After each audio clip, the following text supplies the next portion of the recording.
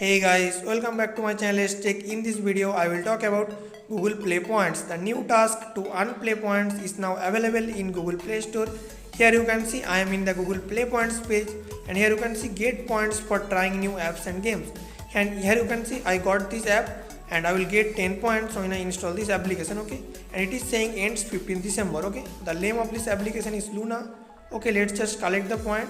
Just tap on the install and then cancel, and the point is now collected. Okay, here you can see now I have 249 play points. I just got 10 points by installing this new app.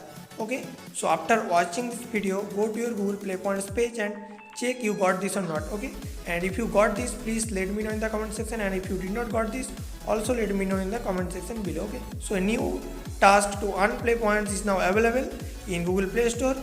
Go and install the application and collect your point immediately. Okay, bye, see you guys in the next video. Take care, lots of love.